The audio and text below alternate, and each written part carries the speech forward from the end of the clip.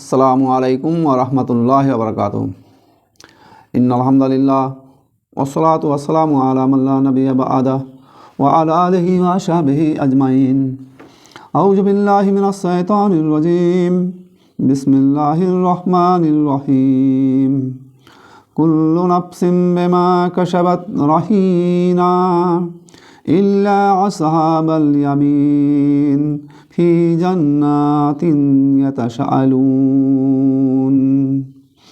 अनिल मुजरिमीन मा सलककुम फी sucker क़ालू lump नकु मिनल मुसल्लीन वलम नकु नुत्इमुल मिस्कीन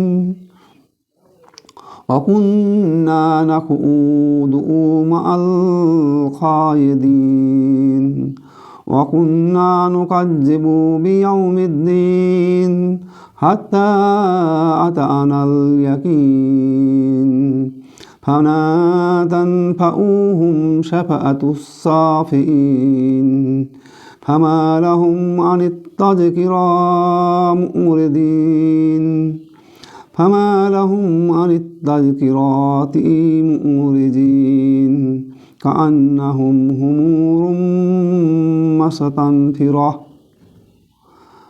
फ़र्रत मिन कशवरह बल युरिदु कुल्लु इम्रिइन मिनहुम अन यु'ता शुहूफ़म मुनस्सरह कल्ला बल ला यख़ाफ़ूल आख़िरह कल्ला इन्नहु तज़किरह फमन शाअ ज़करह वमा यज़कुरून इल्ला अन यशाअल्लाह वमा यज़कुरून इल्ला अन यशाअल्लाहु वमा यज़कुरून इल्ला अन यशाअल्लाहु अहलुत तक़वा व अहलुल मग़फ़िरह। सम्मानित देश विदेशेर दर्शक श्रोता मंडली, যাবতীয় হামদ প্রশংসা গুণগান মহান আল্লাহ রাব্বুল আলামিনের, যার অশেষ রহমতে আমরা কোরআনের এই ধারাবাহিক আলোচনায় অংশগ্রহণ করার সুযোগ পেয়েছি। আল্লাহ সুযোগ দিয়েছেন, তৌফিক দান করেছেন। মহান আল্লাহর দরবারে আমরা নতমস্তকে শুকরিয়া আদায় করছি, আলহামদুলিল্লাহ। অথবা দরুদ ও সালাম, শান্তির ধারা বর্ষিত হোক শেষ নবী হযরত মুহাম্মদ মুস্তাফা সাল্লাল্লাহু আলাইহি সাল্লামের প্রতি। আল্লাহুম্মা সাল্লি আলাইহি আল্লাহুম্মা বারিক আলাইহি। আমরা কোরআন মাজিদের ধারাবাহিক আলোচনায় সূরা মুদাসসিরের 38 থেকে 56 এই কয়েকটি আয়াত আপনাদের সামনে তেলাওয়াত করেছি। এই তেলাওয়াতকৃত আয়াতগুলোকে সামনে রেখে আমি আলোচনা কিছু কথা পেশ করব। আমা তৌফিকি ইল্লা বিল্লাহ তাওয়াক্কালতু ইলাইহি উনীব। আল্লাহ রাব্বুল আলামিন সূরা মুদাসসির এর এই যে আলোচনা আমরা ধারাবাহিক করছি, এই আলোচনার যে মূল ফোকাসিং পয়েন্টগুলো ছিল তা হচ্ছে যে আল্লাহ রাব্বুল আলামিন আল্লাহ নবী হযরত মুহাম্মদ মুস্তাফা সাল্লাল্লাহু আলাইহি সাল্লামকে দাওয়াতি কাজের জন্য উপযুক্ত প্রস্তুতি দিচ্ছেন, প্রশিক্ষণ দিচ্ছেন যে কীভাবে দাওয়াতের কাজ করতে হবে, কোন কোন বিষয়গুলো দাওয়াতকে দিতে গিয়ে সামনে রাখতে হবে।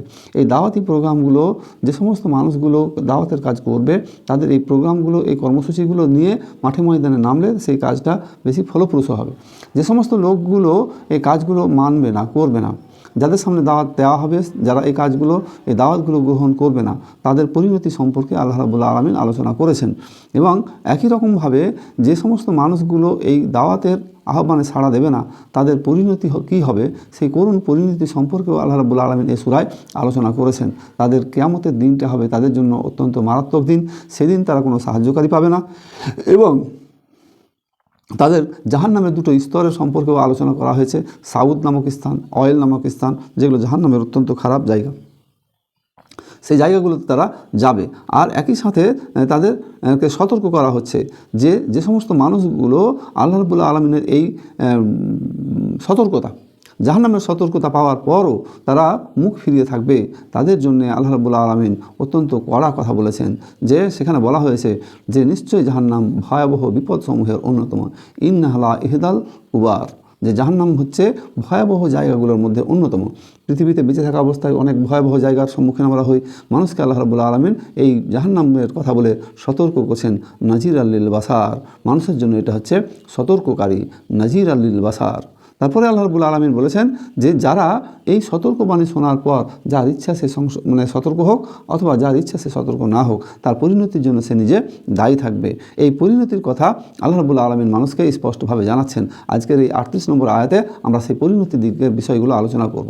আল্লাহ রাব্বুল আলামিন বলছেন, কুল্লু নাফসিম বিমা কাসাবাত রাহিনা, প্রত্যেক ব্যক্তি নিজ নিজ কর্মে আবদ্ধ থাকবে।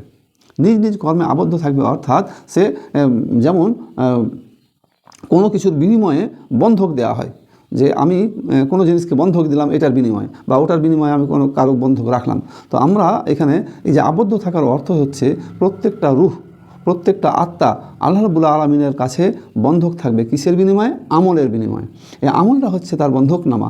এখানে আল্লাহ রাব্বুল আলামিন সেই কথাটা মানুষকে স্মরণ করাচ্ছেন যে আমলনামা তোমাকে প্রত্যেকটা মানুষকে তার জবাবদিহি করতে হবে, হিসাব দিতে হবে, এটা হচ্ছে তার জন্য বন্ধকি।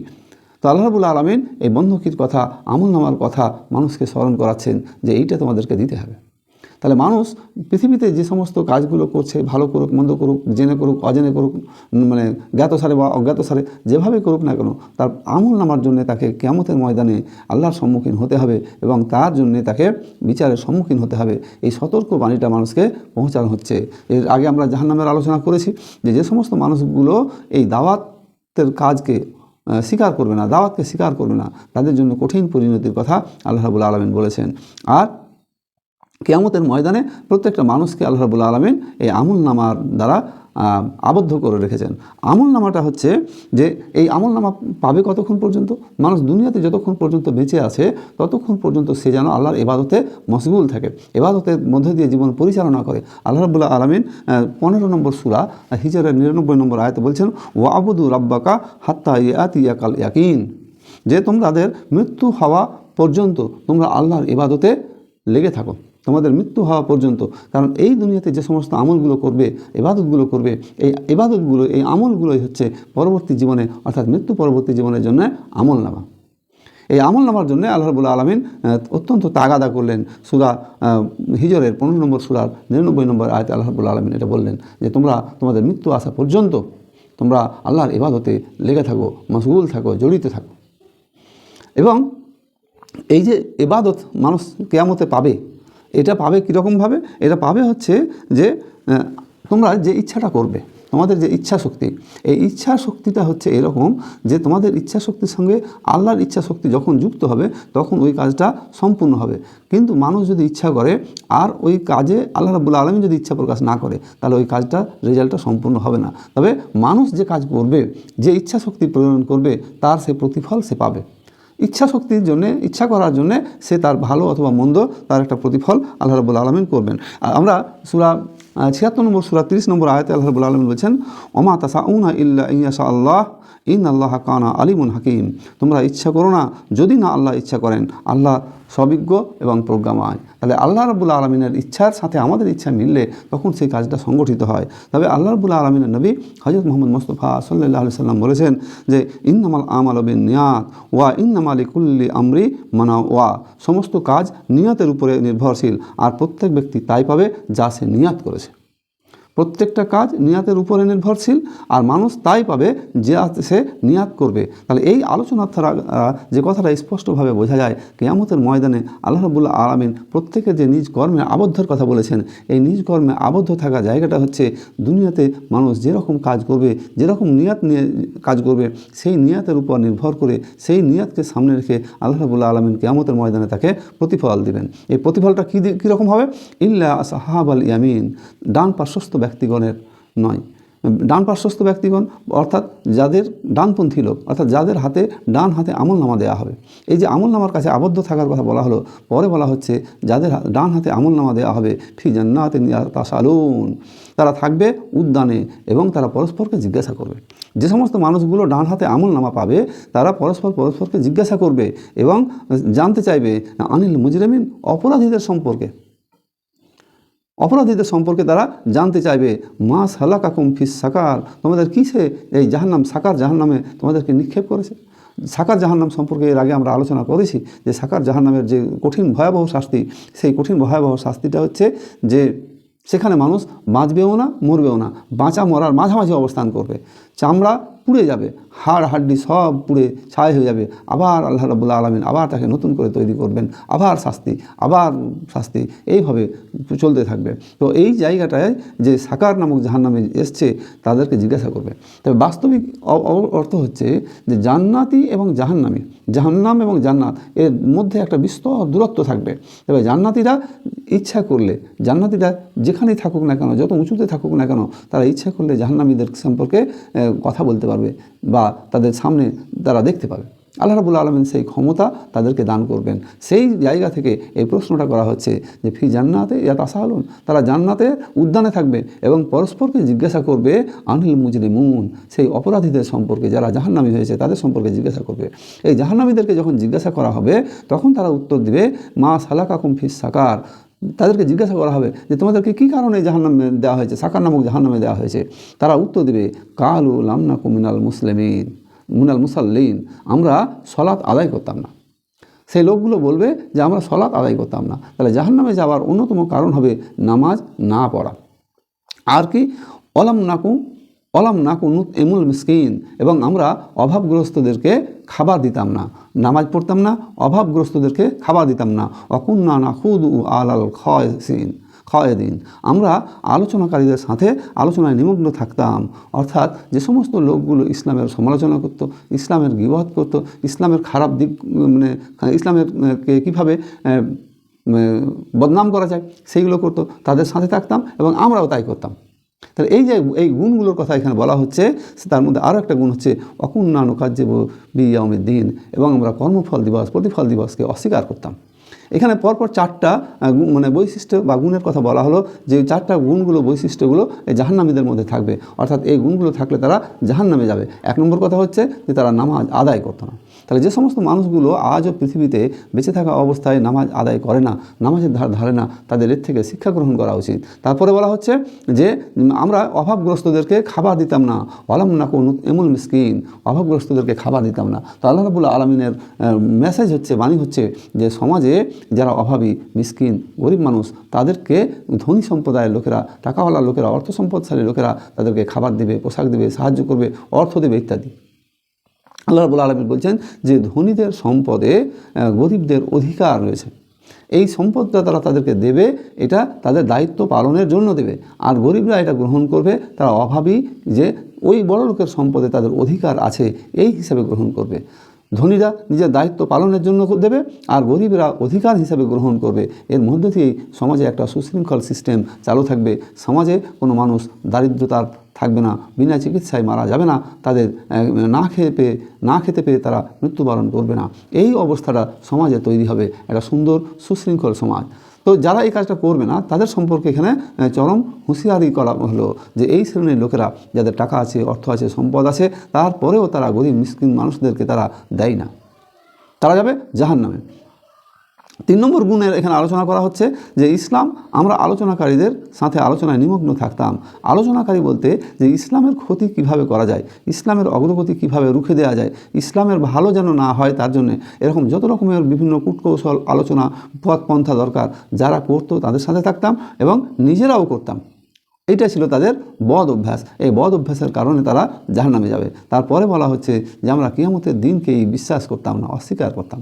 তো যারা কিয়ামতের দিনকেই বিশ্বাস করে না যে আমাদের মৃত্যুর পর আরও একটা জীবন আছে, এই জীবনে আমাদেরকে উঠতে হবে, আল্লাহর দরবারে হিসাব দিতে হবে, তার জন্য পুরস্কার এবং শাস্তির ব্যবস্থা আছে। তো যারা এটা বিশ্বাসই করে না যে কিয়ামত আছে, ফলে তাদের কাছে শাস্তি, হিসাব এসব ব্যাপারগুলো প্রসঙ্গহীন। ফলে তারা দুনিয়ার জীবনটা সেই রকমভাবে চালায়। তাহলে দুনিয়ার জীবন সেই রকমভাবে চালাতে গিয়ে তাদের এই পরিণতির কথা আল্লাহ রাব্বুল আলামিন এখানে স্পষ্ট করে বলে দিলেন যে তাদের করুণ পরিণতি অপেক্ষা করছে। এই করুণ পরিণতিটা হচ্ছে জাহান্নাম। এই জাহান্নামে যারা যাচ্ছে তাদেরকে এই কথাটা বলা হচ্ছে হাত্তা আদানুল ইয়াকিন, আমাদের নিকট মৃত্যুর আগমন পর্যন্ত। মানে এই কাজগুলো তারা লেগে থাকতো কতক্ষণ পর্যন্ত? মরার আগে পর্যন্ত তারা করতো। মরার আগে পর্যন্ত কি করতো? তারা নামাজ পড়তো না। মরার আগে পর্যন্ত তারা অভাবীদেরকে, গরিব মানুষদেরকে খেতে দিত না। মরার আগে পর্যন্ত তারা ইসলামের ক্ষতি করার জন্য লেগে থাকতো। মরার আগে পর্যন্ত তারা স্বীকার করতো না কিয়ামতের মৃত্যুর পর তাদেরকে জাহান্নামে যেতে হবে। জাহান্নামে যাওয়ার এখানে যে কারণগুলো বর্ণনা করা হলো তার মধ্যে আরও একটা বড় কারণ আছে, অনেক কারণ আছে যে কারণগুলো কোরআন মাজিদের বিভিন্ন জায়গায় আল্লাহ রাব্বুল আলামিন বলেছেন। তার মধ্যে অন্যতম একটা কারণ হচ্ছে শিরক করা বা শরিক করা। যারা শিরক করে সেই শিরক কারীদের যাদের আমল নামাতে শিরকের গুনাহ থাকবে তারা যাবে জাহান্নামে। তো সেখানে জাহান্নামের বর্ণনা আরও দেওয়া আছে।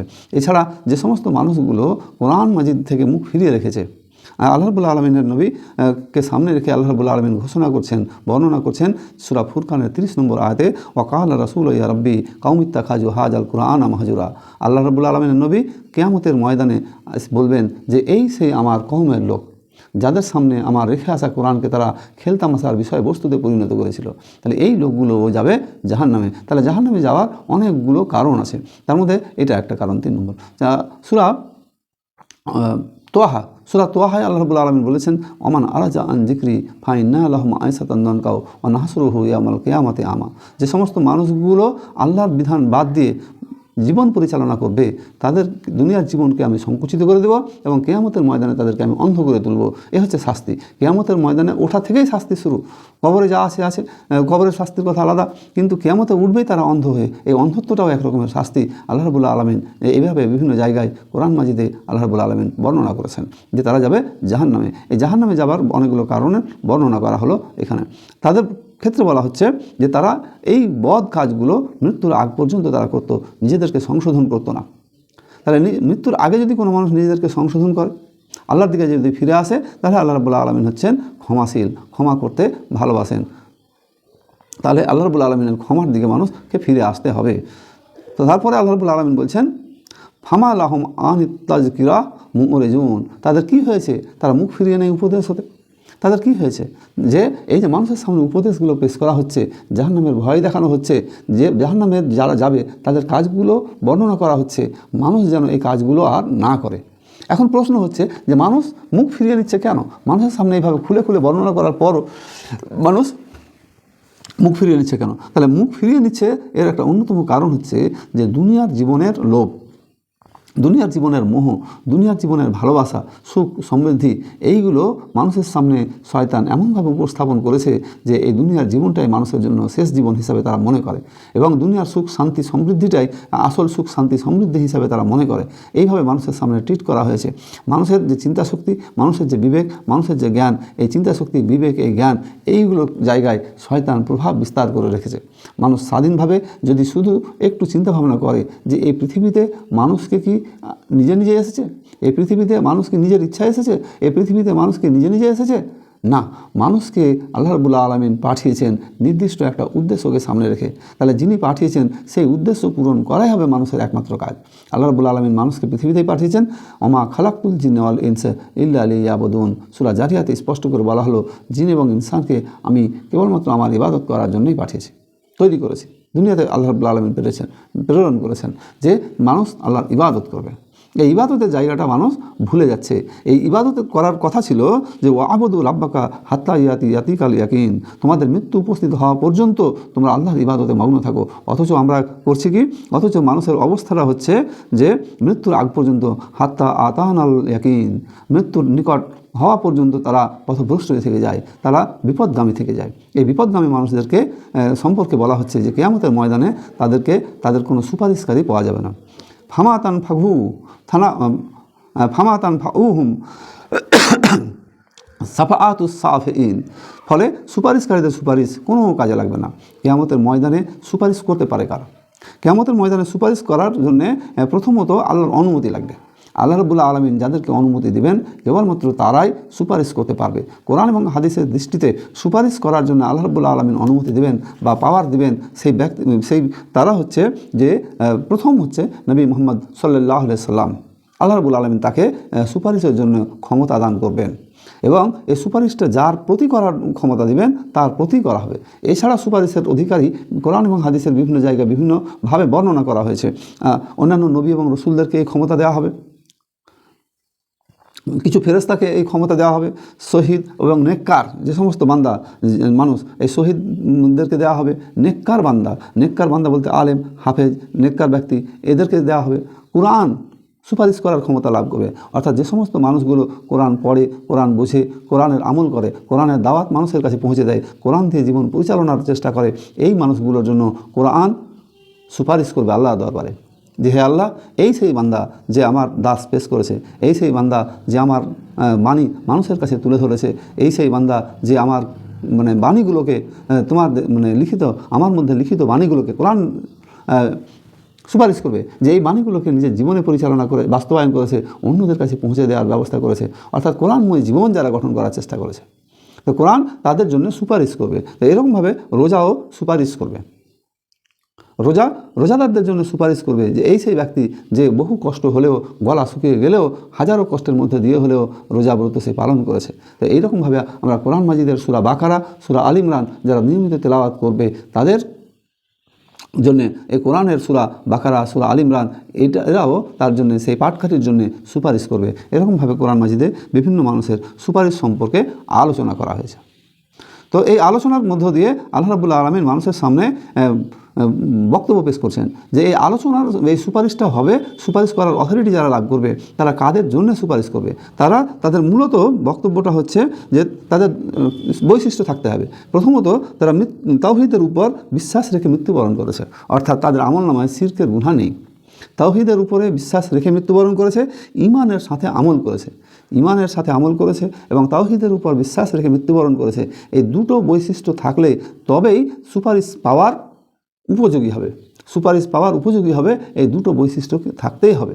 যদি কারোর মধ্যে ইমানের ঘাটতি থাকে, ইমানের সাথে আমল করার প্রচেষ্টা না থেকে থাকে, তাহলে কিয়ামতের ময়দানে আল্লাহর পক্ষ থেকে যে সমস্ত সুপারিশকারীগুলা নিয়োগ করা হবে বা সুপারিশকারী থাকবে তারা সুপারিশ করবে না। আল্লাহ রাব্বুল আলামিন মানুষকে আমল করার বোঝার জন্য তৌফিক দান করেন। পরের আয়াতে আল্লাহ রাব্বুল আলামিন বলছেন যে সুপারিশকারীদের সুপারিশ তাদের কোনো কাজে আসবে না। প্রথমত তারা কোনো সুপারিশকারী পাবে না যে সমস্ত মানুষগুলোর মধ্যে ওই বদ বৈশিষ্ট্যগুলো আছে, নামাজ আদায় করতো না, অভাবীদেরকে খাবার দিত না, ইসলামের পিছনে সবসময় ষড়যন্ত্রে লিপ্ত থাকতো, কিয়ামতের দিনকে অস্বীকার করতো, এই মানুষগুলো সব সময় তাদের জন্য কোনো সুপারিশকারী আসবে না, সুপারিশ তাদের জন্য কোনো কাজে আসবে না। তাদের কি হয়েছে যে তারা মুখ ফিরিয়ে নিচ্ছে? তাদের সামনে যে এইভাবে খুলে খুলে উপদেশগুলো দেওয়া হচ্ছে, ফামা লাহুম আনিত তাজকিরা মুরিজিন, তাদের কি হয়েছে যে তারা উপদেশ থেকে মুখ ফিরিয়ে নিচ্ছে? কান্নাহুম হুমুরুম মাস্তানফিরা, তারা যেন ভীত সন্ত্রস্ত গর্ধব। এখানে তুলনা করা হচ্ছে ভীত সন্ত্রস্ত গর্ধব গাধা। যে সমস্ত গাধা নামক একটা প্রাণী আছে, এরা সবসময় থাকে কি ভীত থাকে, সন্ত্রস্ত থাকে। এই মানুষগুলোর অভ্যাস বৈশিষ্ট্য বর্ণনা করতে গিয়ে গাধার সাথে তাদেরকে তুলনা করা হচ্ছে। যে গাধার একটা বৈশিষ্ট্য হচ্ছে যে সে জানে না তার পিঠে কত বোঝা থাকে, তার গুরুত্ব কী সেটা বোঝে না। এই মানুষগুলো হচ্ছে সেই রকম গাধা যাদের উপরে আল্লাহ রাব্বুল আলামিন যে দায়িত্ব দিয়েছেন, যে বোঝা মানুষের উপরে চাপিয়েছেন আল্লাহ রাব্বুল আলামিন, গুরু দায়িত্বভার দিয়েছেন, সেই গুরু দায়িত্বভার সম্পর্কে তারা বোঝে না, যেমন বোঝে না কোনো গাধা। তাদের এই বৈশিষ্ট্যর কথাটা এখানে বর্ণনা করা হলো। তারপরে বলা হচ্ছে ফাররাত মিন কাসওয়ারা, সিংহের সম্মুখীন হতে পলায়ন করে। এই লোকগুলো পালিয়ে যায় কেমনভাবে? সিংহের সম্মুখ থেকে। যেমন কোনো জায়গায় যদি হঠাৎ করে চলতে চলতে দেখা যায় যে সামনে সিংহ পড়ে গেছে, এই সিংহ দেখার সাথে সাথে মানুষ কীভাবে পালায়? একবারে প্রচণ্ড গতিতে দৌড় দেয়, দৌড়ে পালায়, যেটাকে বলা হয় লুঙ্গি তুলে দৌড় দেওয়া। মানুষ বাঘ সিংহ দেখলে যে গতিতে পালায়, ইসলামের যখন কোনো জায়গায় আলোচনা হয় তখন তাদের এই পলায়ন বৃত্তিটাকে বলা হচ্ছে সেই রকমের পলায়ন বৃত্তি, যে প্রচণ্ড গতিতে তারা সেখান থেকে সরে যায়। তাদের এই বৈশিষ্ট্যটা আল্লাহ রাব্বুল আলামিন এখানে বর্ণনা করছেন। আমরা বাস্তবিক সমাজে যদি দেখি যে কোনো মানুষকে যখন কোথাও আহ্বান করা হয় ইসলামের জন্য, ভালো কাজের জন্য, কোরআন হাদিসের আলোচনার জন্য, ইজতেমার জন্য, দাওয়াতের জন্য, তখন মানুষ বিভিন্ন রকমের অজুহাত খোঁজে, শারীরিক অজুহাত খোঁজে, ব্যবসায়িক অজুহাত খোঁজে, হাজারো রকমের অজুহাত সে খুঁজতে থাকে। এই অজুহাত খুঁজতে খুঁজতে একটা সময় সে ইসলামের থেকে বহু দূরে সরে যায়। ইসলামের কথা তার কাছে ভালো লাগে না, ইসলামিক কাজ তার কাছে ভালো লাগে না, ইসলামিক কাজের জন্য কোনো সাহায্য প্রয়োজন হলে সেখানে খরচ করার মন মানসিকতা আর তৈরি হয় না। এদের এই বৈশিষ্ট্যটাই বলা হচ্ছে, তারা যেন সিংহ দেখলে যেমন পালিয়ে যায়, তেমনি ইসলামের কাজ, ইসলামের আলোচনা, ইসলামের কর্মসূচি, ইসলামের পেছনে খরচ, এই সবগুলো শুনলেই সে যেন দৌড় মেরে পালিয়ে যায়। তাদের এই বৈশিষ্ট্যটা এখানে বর্ণনা করা হচ্ছে। তারপর বলা হচ্ছে বালি উরিদু কুল্লু আমরিন মিনহুম আন ইয়াতা সুহুফাম মুনাসসারা, সুহুফাম মুনাসসারা, বস্তুত প্রত্যেকেই কামনা করে যে তাকে একটা করে উন্মুক্ত গ্রন্থ দেওয়া হোক। এই লোকগুলোর বৈশিষ্ট্য পরপর আল্লাহ রাব্বুল আলামিন বর্ণনা করছেন। এরা কামনা করে, চায় যে আমাদের প্রত্যেককে একটা করে গ্রন্থ দেওয়া হোক। তো আল্লাহ রাব্বুল আলামিনের তো প্রত্যেককে জনে জনে গ্রন্থ দেবেন না, আর গ্রন্থ দেওয়া সমুচিত নয়। আর ঘটনা হচ্ছে যে গ্রন্থ পেলেই তারা যে মানবে তারও কোনো নিশ্চয়তা নেই, কারণ অতীত ইতিহাস বিভিন্ন নবী এবং রসুলদের সময়ে দেখা হয়েছে, জানি যে যখন কোনো জাতিকে মুজিজা চেয়েছে তখন তাদেরকে মুজিজা দেখানো হয়েছে, মুজিজা দেখার পর সে মুজিজা তারা আর মেনে নেয়নি। সামুদ জাতির লোকেরা মেনে নেয়নি, আদ জাতির লোকেরা মেনে নেয়নি, মুজিজা তাদের সামনে দেখানো হয়েছে। মুসা আলাইহিস সালামের কওমের লোকেরা মুজিজা দেখার পরও তারা মেনে নেয়নি। তাহলে এরকমভাবে মুজিজা দেখানোর পর তারা যে মেনে নেবে তার কোনো নিশ্চয়তা নেই। বরং আল্লাহ রাব্বুল আলামিন কাকে গ্রন্থ দেবেন, অর্থাৎ ওহী কার উপর নাজিল করবেন, এটা কোনো মানুষের সিদ্ধান্ত হতে পারে না, এটা আল্লাহ রাব্বুল আলামিনেরই সিদ্ধান্ত।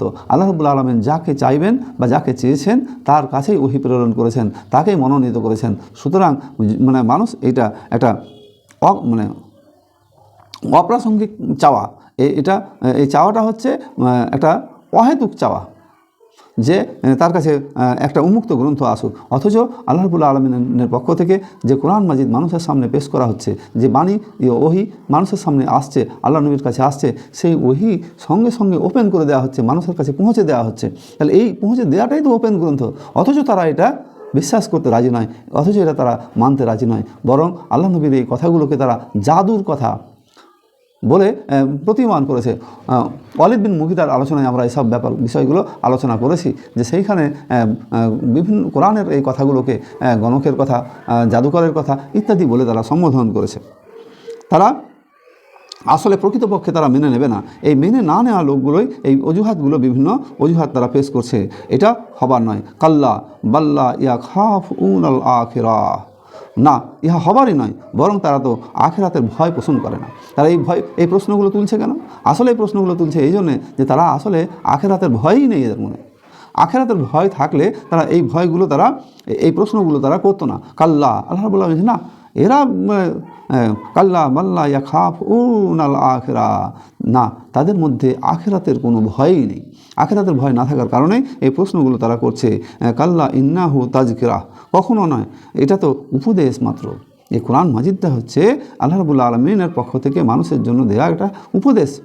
ইন্না নাহানু নাজ্জালনা যিকরা ওয়া ইন্না লাহু লাহাফিজুন, আমি এই যে উপদেশ নাজিল করেছি, জিকির উপদেশ নাজিল করেছি, এর হেফাজত আমি করব। তাহলে আল্লাহ রাব্বুল আলামিনের কোরআন, এই কোরআনটা হচ্ছে জিকির। তাহলে আল্লাহ রাব্বুল আলামিন বলছেন যে এটা হচ্ছে একমাত্র জিকির। ফামান সাআ জাকারা, অতএব যার ইচ্ছা সে গ্রহণ করুক, যার ইচ্ছা সে গ্রহণ করুক। অমা ইয়াজকুরুনা ইল্লা আন ইয়াশা আল্লাহ, আল্লাহ ছাড়া কেহ উপদেশ গ্রহণ করবে না, আল্লাহর ইচ্ছা ছাড়া কেহ উপদেশ গ্রহণ করবে না, একমাত্র তিনি ভয়ের যোগ্য। হুয়া আহালুত তাকওয়া ওয়া আহালুল মাগফিরা, একমাত্র তিনিই হচ্ছেন ভয়ের যোগ্য এবং তিনিই হচ্ছেন ক্ষমার অধিকারী। তিনি ভয়ের যোগ্য এবং তিনি হচ্ছেন ক্ষমার অধিকারী। এখানে যে আলোচনাটা এতক্ষণ পর্যন্ত করা হলো, যে মানুষের সামনে তার হেদায়েতের জন্য, তার পরিবর্তনের জন্য জান্নাতের ভয় দেখানো হলো, জাহান্নামের ভয় দেখানো হলো, তার বদ অভ্যাসগুলো, গুণগুলো সম্পর্কে বর্ণনা করা হলো, এবং শেষ লগ্নে এসে আল্লাহ রাব্বুল আলামিন বললেন যে যার ইচ্ছা ফামান শাআ জাকারা, যার ইচ্ছা সে এটা গ্রহণ করুক, যার ইচ্ছা সে গ্রহণ করুক। আর এই গ্রহণ করার ক্ষমতাটা সবারই নেই। আল্লাহ রাব্বুল আলামিন বলছেন ওমা ইয়াজকুরুনা ইল্লা ইনশা আল্লাহ, আল্লাহ যাকে চান সেই গ্রহণ করবেন। অর্থাৎ মানুষ যে ইচ্ছাটা পোষণ করবে সেই ইচ্ছার সাথে আল্লাহ রাব্বুল আলামিনের ইচ্ছা যোগ হবে। তবে একটা বিষয় আমাদের মাথায় রাখতে হবে, সেটা হচ্ছে যে মানুষ যে ইচ্ছাটা করবে সেই ইচ্ছা অনুযায়ী সে ফল পাবে। একটু আগে আমি বুখারী শরীফের হাদিস নিয়ে আলোচনা করছিলাম, ইন্নামাল আমালু বিন্নিয়াত, যে সমস্ত কাজ নিয়তের উপরে নির্ভরশীল। ওয়া ইন্নামা লিকুল্লি আমরি মান নাওয়া, আর প্রত্যেক ব্যক্তি আয় পাবে যার সে নিয়াত করবে। তা আল্লাহ রাব্বুল আলামিনের কাছে কোনো মানুষ যদি ভালো নিয়াত করে, হেদায়েতের নিয়াত করে, আল্লাহ রাব্বুল আলামিন তাকে হেদায়েত দেবেন। কিন্তু মানুষ যদি হেদায়েতের নিয়াত না করে, হেদায়েত না চায়, তাহলে আল্লাহ রাব্বুল আলামিন জোর করে তাকে হেদায়েত করবেন না। আপনি জান্নাতে গেলেই কি আর জাহান্নামে গেলেই কি, এখানে আল্লাহ রাব্বুল আলামিনের সাম্রাজ্যের, রাজত্বের, ক্ষমতার, সম্মানের কোনো কম বেশি হবে না। বরং আপনি জান্নাতে গেলে আপনার লাভ, আপনি জাহান্নামে গেলে আপনার ক্ষতি। সুতরাং লাভ এবং ক্ষতি সব মানুষের সাথে জড়িত।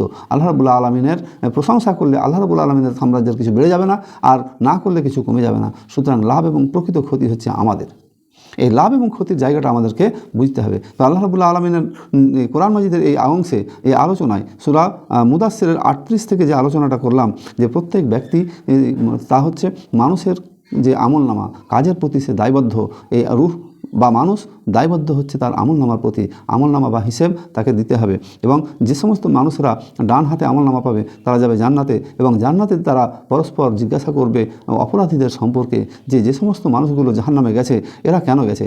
জাহান্নামীরা তখন উত্তর দিয়ে বলবে যে আমরা কী করতাম, যে আমরা নামাজ পড়তাম না, কাল লাম নাকু মিনাল মুসাল্লিন, আমরা সলাৎ আদায় করতাম না, অলাম নাকু নুতইমুল মিসকিন, আমরা মিসকিন অভাবীদেরকে খেতে দিতাম না, আর আমরা করতাম কি ইসলামের বিকৃতির জন্য, মানে ইসলাম যেন অগ্রসর না হতে পারে তার জন্য যাবতীয় নেগেটিভ প্ল্যান পরিকল্পনা করতাম, তার সাথে আমরা সামিল হতাম, কিয়ামতের দিনকে আমরা অবিশ্বাস করতাম। এই মানুষগুলো এই কথাগুলো যারা বলতো তারা কিয়ামতের ময়দানে কোনো সুপারিশকারী পাবে না। তাদের দিক থেকে তাদের কি হয়েছে যে তারা এই ইসলাম থেকে, কোরআন থেকে, নবী থেকে, আল্লাহ থেকে মুখ ফিরিয়ে নিয়েছে, তাদের কি হয়েছে? আল্লাহ রাব্বুল আলামিন তাদের এই পালিয়ে আসাটাকে বলেছেন যে গাধা যেমন সবসময় ভয়ে ভীত সন্ত্রস্ত থাকে, তেমনি এই মানুষগুলো সবসময় ভীত সন্ত্রস্ত থাকে। এই মানুষগুলো পালিয়ে আসে কীরকমভাবে? সিংহ সামনে পড়লে যেমন মানুষ দৌড় মেরে পালিয়ে আসে, বাঘ দেখলে যেমন দৌড় মেরে পালিয়ে আসে, তেমনি ইসলামের কথা শুনলে এই মানুষগুলো সেখান থেকে পালিয়ে আসে। তারা দাবি করে এই যে মানে বদ অভ্যাস সম্পর্ক, জাহান্নামে যাওয়ার লোকগুলো এরা দাবি করতো যে আমাদেরকে একটা করে আলাদা গ্রন্থ দেওয়া হোক, কোরআন দেওয়া হোক বা ওহী আসুক, কিন্তু এটা তো বাস্তবে তা সম্ভব নয়। এবং আল্লাহ রাব্বুল আলামিন যাকে চান তার কাছেই তিনি ওহী প্রেরণ করবেন, যাকে তিনি মনোনীত করবেন তার কাছেই তিনি তার মেসেজ পাঠাবেন। এটাই স্বাভাবিক। জনে জনে হেদায়েত গ্রন্থ দেওয়া এটা কোনো যুক্তির দাবিও নয়, এবং আল্লাহ রাব্বুল আলামিন তা করবেনও না। তো কোরআন মাজিদ দিয়ে আল্লাহ রাব্বুল আলামিন পাঠাচ্ছেন, এটা মানে শুধুমাত্র মানুষের জন্য উপদেশ। এটা কাল্লা ইন্নাহু তাজকিরা, এটা কখনো নয়, এটা তো একটা উপদেশ মাত্র। আর এই উপদেশ ফামান শাহ জাকারা, যার ইচ্ছা সে গ্রহণ করুক, ফামান শাহ জাকারা, যার ইচ্ছা সে গ্রহণ করুক, ফামান শাহ জাকারা, যার ইচ্ছা সে গ্রহণ করুক। আর আল্লাহ রাব্বুল আলামিন ওমা ইয়াজকুরুনা ইল্লা ইনশা আল্লাহ, আল্লাহর ইচ্ছা ছাড়া কেউ উপদেশ গ্রহণ করবে না। আল্লাহ রাব্বুল আলামিন তিনি হচ্ছেন একমাত্র ভয় করার অধিকারী। আল্লাহ রাব্বুল আলামিন তিনি, অর্থাৎ মানুষ জিন যাবতীয় সৃষ্টি সব কেবলমাত্র ভয় করবে আল্লাহ রাব্বুল আলামিনকে। হুয়া আহালাহুত তাকওয়া ওয়া আহালুল মাগফিরা, এবং তিনি হচ্ছেন কেবলমাত্র ক্ষমা করার অধিকারী। তাহলে আল্লাহকে ভয় করতে হবে আর আল্লাহর কাছেই ক্ষমা চাইতে হবে। আমরা আজকের এই পর্যায়ে আলোচনায় শেষ লগ্নে এসে আল্লাহর দরবারে দোয়া করি, আল্লাহর দরবারে প্রার্থনা করি, মুনাজাত করি, হে মাবুদ, আমরা তোমাকেই ভয় করি, তোমারই ইবাদত করি, কম হোক বেশি হোক যেটুকু পারছি তোমাকে সন্তুষ্ট করার চেষ্টা করছি। মাবুদ, আমাদের জীবনের গুনাহ খাতা ছোট বড়, সাগিরা কাবিরা জাহেরা বাতেনা সমস্তকে মাফ করো। আমাদের আত্মীয় স্বজন, মানে পাড়া প্রতিবেশী, মা বাবা ভাই বোন যে সমস্ত সব কবর নিবাসী হয়ে গেছে মাওলা, তাদের জন্য, তাদের মাগফিরাতের জন্য, তাদের রুহের মাগফিরাতের জন্য তোমার দরবারে রমজানের এই রাত্রির শুভে সাদেক সময়ে তাদের জন্য তোমার কাছে মোনাজাত পেশ করি মাওলা, তাদের জন্য দোয়া করি, তাদের জীবনকে সুখের জীবন করো, কবরের জীবনকে শান্তির জীবন করো, এবং আমরা সবাই মিলে জান্নাতুল ফেরদাউসের মেহমান হতে পারি সেই তৌফিক তুমি আমাদেরকে দান করো। আমিন। রব্বানা তাকাব্বাল মিন্না ইন্নাকা আনতাস সামিউল আলিম ওয়া আতুব আলাইনা ইন্নাকা আনতাত তাওয়াবুর রহিম। লা ইলাহা ইল্লা আনতা সুবহানাকা ইন্নী কুনতু মিনাজ জালিমিন। সুবহান রাব্বিকা রাব্বিল ইজ্জাতি আম্মা ইয়াসিফুন ওয়া সালামুন আলাল মুরসালিন ওয়া আলহামদুলিল্লাহি রাব্বিল আলামিন। আসসালামু আলাইকুম ওয়া রাহমাতুল্লাহি ওয়া বারাকাতুহু।